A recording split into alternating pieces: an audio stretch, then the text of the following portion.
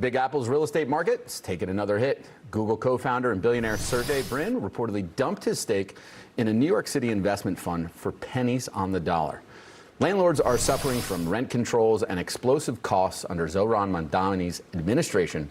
And Brin, well, he just wanted to get out before it was too late. All right, Charlie, I want to come to you on this here because the numbers suggest he took a $75 million loss on this.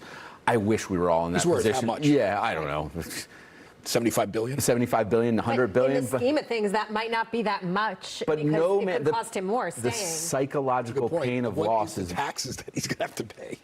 He's still taking a loss, and that's always a hard thing to do. What does he this can write mean? it off on his taxes. What does this mean, though, for Mayor Mamdani's policies? I mean, I feel like every other topic right now, we're talking about crazy economic policies that they think will work, and now the market is responding.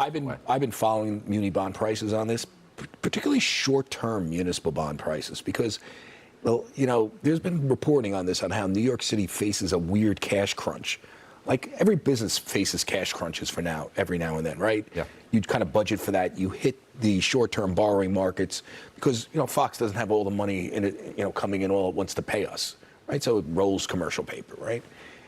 There's a reason why Mamdani is not rolling the equivalent of commercial paper right now, because they do have a cash crunch.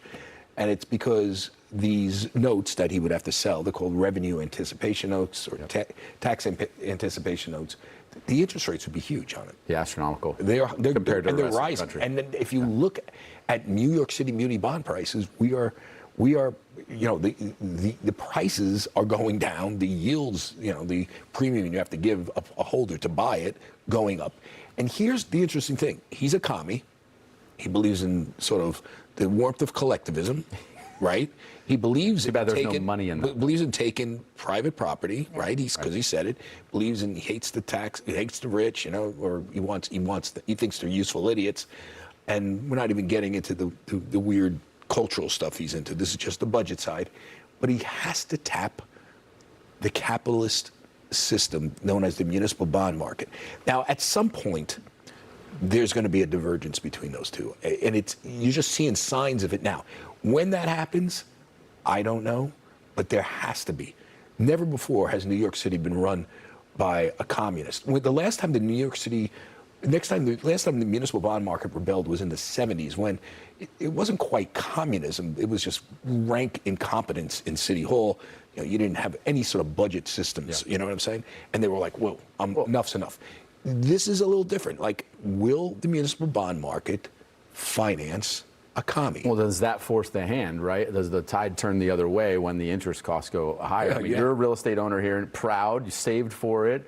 What do you think of this and tearing down real estate values and his policies? I'm not surprised by it because you see what's coming down the pike. And to my original point, $75 million loss on the books right now might not be anything really when you think about what could happen in the long run. And the truth of the matter is nobody wants to deal with it. Nobody wants to have to fight these policies or do business here. And so what happens if everybody starts flocking out? I mean, he said that people wouldn't. Well, a lot of people already left. And so if anybody who's still here then decides, I don't want to deal with the hassle of this, there are better places to do business or invest, and they go, then the city really deteriorates. And the sad part of that is all the people he promised he was going to help, he's actually hurting, not only through his own policies, but because of the flight of capital. Yeah, driving up prices. I mean, you have room in New Jersey for all of us to head over that way? Because that's what's coming next. Well, I mean, in mass taxing them exodus. in New Jersey, too. Yeah, I mean, it's not that much better. Taxes, it's not much better. But I mean, you're absolutely right, Jackie. I mean,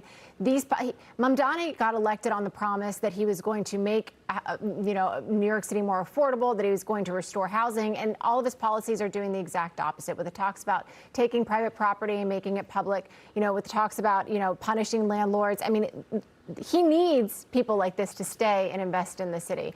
If you've ever been inside public housing here in New York City, it's called NYC Public Housing. I've been inside before when I was a reporter here in the city for local news. And these are just not properties that anybody should strive to emulate or reproduce, you know, across the city or across the country, rather. And that, it seems to be the path that we're on. They didn't know what Just so you know, affordability was public going to look housing, like. my cousin grew up in public housing in the Bronx. My mother did as well. It used to be a stepping stone for the working class. Mm-hmm. Okay, you had to have a job. Yeah. That is not the case. Right, now. requirements. Yeah, we're going to learn the hard way. with And this it one, wasn't for that you sure. were going to be there forever. It was that hopefully there would be some mobility and you could get out, you right? could be there as long as you worked. Right. That's Now- not a prerequisite now, but Jerry, I want to come to you on this.